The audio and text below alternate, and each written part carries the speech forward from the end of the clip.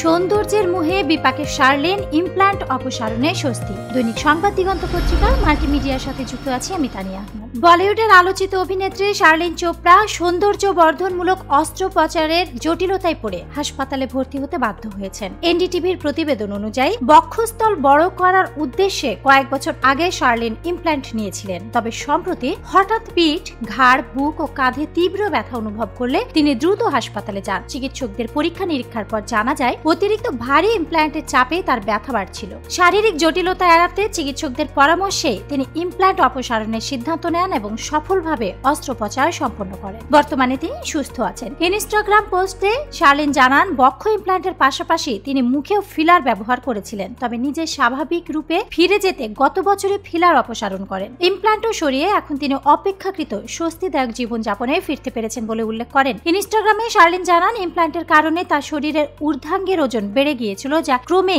অসহ্য যন্ত্রণা সৃষ্টি করছিল। শুধু তাই নয়, মুখেও তিনি পূর্বে ফিলার ব্যবহার করেছিলেন, যা গত বছরই অপসারণ করেছেন প্রকৃত রূপে ফিরতে। বর্তমানে তিনি অপেক্ষাকৃত স্বাভাবিক ও হালকা জীবনযাপন শুরু করেছেন এবং শারীরিক অবস্থা স্থিতিশীল রয়েছে বলে জানিয়েছেন।